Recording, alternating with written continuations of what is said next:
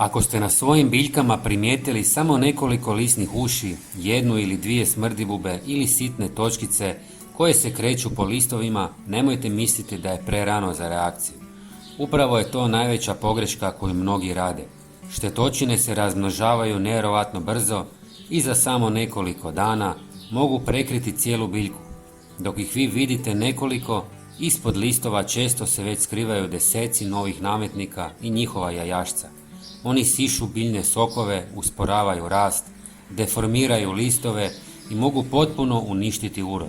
Zato je puno lakše djelovati odmah nego kasnije spašavati biljke koje su već ozbiljno oštećene. Nije cilj da ih eliminiramo, cilj je stvoriti nepovoljno okruženje tako da nikad ni ne dolazi. Prvi korak je jedan sastojak čiji miris većina kukaca ne podnosi. Koristit ću jednu žlicu klinčića koje ću samljeti u prah. Klinčići sadrže prirodne aromatične spojeve vrlo intenzivnog mirisa. Taj miris zbunjuje mnoge štetočine i otežava im pronalazak biljke domaćine. Također na listovima ostavlja zaštitni mirisni sloj koji mnogim kukcima jednostavno nije privlačan. Prah ću pomiješati sa pola litre vruće vode, ali pravi udar tek slijedi.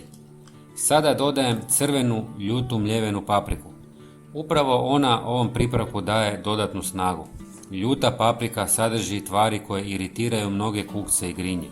Kada dođu u kontakt s tretiranim listovima, područje im postaje neugodno za hranjenje, pa se često povlače i traže drugo mjesto. No postoji još jedan važan sastojak bez kojeg bi cijeli pripravak bio mnogo manje učinkovit. Dodajem malo tekućeg sapuna. Sapun pomaže da se otopina ravnomjerno rasporedi po površini lista i bolje zadrži na biljci. Umjesto da kapljice skliznu s lista, one ostaju dulje prisutne i tako omogućuju sastojcima da djeluje učinkovitije. Uz to pomaže razbiti zaštitni sloj na tijelu mnogih štetnika, zbog čega im kontakt s pripravkom postaje mnogo neugodniji. Kada se smjesa malo ohladi, procijedim je kako bih uklonio sve krupnije čestice.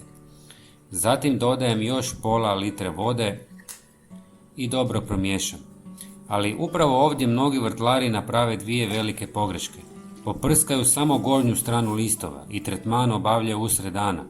Većina štetočina skriva se na donjoj strani listova, pa biljku treba temeljito poprskati sa svih strana.